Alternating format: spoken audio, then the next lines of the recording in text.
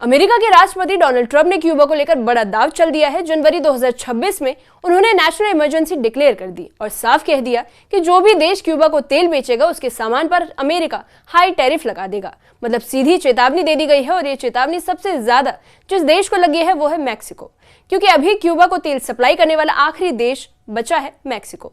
अब मैक्सिको की president Claudia मुश्किल में है। एक तरफ क्यूबा से 60 साल पुरानी दोस्ती और इंसानी मदद, तो दूसरी तरफ अमेरिका से अरबों डॉलर का व्यापार और USMCA डील। तो क्या मैक्सिको तेल सप्लाई बंद कर देगा या ट्रंप को चैलेंज करेगा? आज इस वीडियो में हम आपको आसान भाषा में समझाएंगे कि क्यूबा का संकट क्या है, ट्रंप की रणनीति क्या है और मैक्सिको आखिर क्या करेगा। न्यूज़ 18 के सोशल मीडिया प्लेटफॉर्म पर आपका स्वागत है और मैं आपके साथ साइमा परवीन। सबसे पहले क्यूबा की हालत समझ लेते हैं। ये कोई नॉर्मल पॉलिटिकल झगड़ा नहीं। क्यूबा पहले से ही 60 साल से अमेरिकी एम्बार्गो झेल रहा है। वहां की इकोनॉमी कमजोर है, डॉलर की कमी है और अब सबसे बड़ी समस्या है तेल की।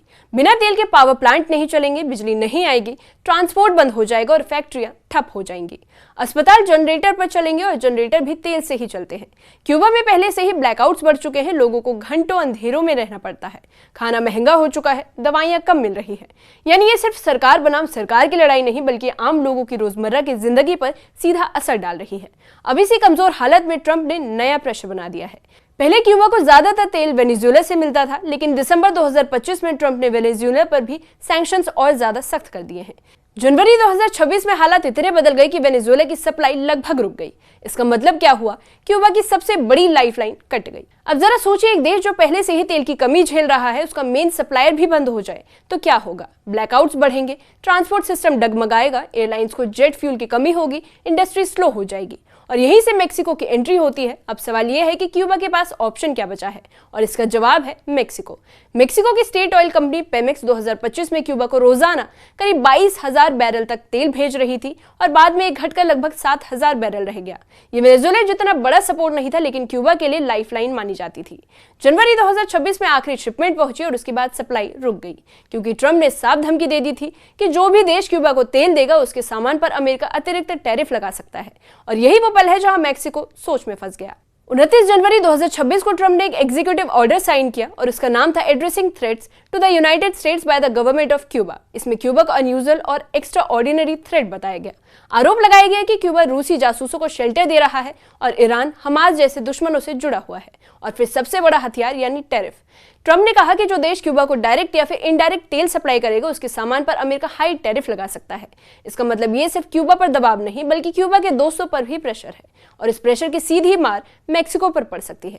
अब जरा सोचिए मैक्सिको की हालत क्या है। मैक्सिको अमेरिका का सबसे बड़ा ट्रेड पार्टनर है। ऑटो पोर्ट्स, फल, सब्जियां, मैन्युफैक्चरिंग सब अमेरिका जाता है। USMCA डील पर मैक्सिको की इकोनॉमी काफी हद तक टिकी है। अगर अमेरिका टैरिफ लगा देता है तो मैक्सिकन प्रोडक्ट्स महंगे हो जाएंगे, एक्सपोर्ट कम होगा, जॉब्स प्रभावित होंगी, इकोनॉमी स्लो हो सकती है। लेकिन वहीं दूसरी तरफ क्यूबा, जो 60 साल पुरानी दोस्ती, इमोशनल एंड आइडियोलॉजिकल कनेक्शन, तो मैक्सिको क्या करे? दोस्ती निभाए या फिर अपनी इकोनॉमी बचाए? आपको बता दें कि मैक्सिको और क्यूबा का रिश्ता नया नहीं है। साल 1959 की क्यूबन रेवोल्यूशन से पहले फिदेल कास्त्रो और चे गुवेरा मैक्सिको सिटी में मिले थे और वहीं से उनका प्लान बना। कोल्ड वॉर के दौर में भी मैक्सिको ने अमेरिका के साथ मिलकर क्यूबा को पूरी तरह अलग नहीं किया। मैक्सिको की मौजूदा मोरेना पार्टी क्यूबा को अमेरिकी इंपीरियलिज्म का शिकार मानती है और इसलिए रिश्ता सिर्फ व्यापार का नहीं बल्कि वैचारिक और ऐतिहासिक जुड़ाव का भी है। और इसी वजह से शीनबॉम के लिए ये फैसला आसान नहीं। मैक्सिको की प्रेसिडेंट क्लाउडिया शीनबॉम खुलकर कह चुकी है कि क्यूबा के लोगों को स्ट्रैंगल नहीं किया जा सकता। उन्होंने फरवरी 2026 में 2 नेवी शिप्स के जरिए 814 टन फूड और हाइजीन सप्लाई क्यूबा भेजी। वो कहती है कि ह्यूमैनिटेरियन एड जारी रहेगी, लेकिन तेल सप्लाई पर वो सावधानी बरत रही हैं, क्योंकि सीधे सीधे ट्रंप को चुनौती देना रिस्की हो सकता है। यानी वो एक तरफ से बैलेंसिंग एक्ट कर रही है, वहीं सीधे टकराव से बचना, लेकिन पूरी तरह पीछे नहीं हटना चाहती। अब सवाल है कि ट्रंप ऐसा क्यों कर रहे हैं? उनकी रणनीति साफ है कि क्यूबा को आर्थिक रूप से आइसोलेट करना है। अगर तेल बंद हो जाएगा तो इकोनॉमी और कमजोर होगी, जनता में असंतोष यानी फिर ग्रजेस बढ़ेंगे, शायद सरकार पर दबाव बढ़े। और ट्रंप इसे नेशनल सिक्योरिटी का मामला बता रहे हैं, रूस, ईरान और हमास के लिंक को हवाला लेकर। क्यूबा में पहले से ही बिजली कटौती बढ़ चुकी है, लोग घंटों लाइन में लगकर खाना खरीद रहे हैं, एयरलाइंस को जेट फ्यूल की कमी हो रही है, इंडस्ट्री स्लो हो गई है और अगर मैक्सिको भी तेल बंद कर देगा तो हालात और बिगड़ सकते हैं। यूनाइटेड नेशंस ने भी चेतावनी दे दी है कि अगर ऊर्जा की कमी जारी रही तो ह्यूमैनिटेरियन संकट और गहरा सकता है। मतलब असली मार आम नागरिकों पर पड़ रही है।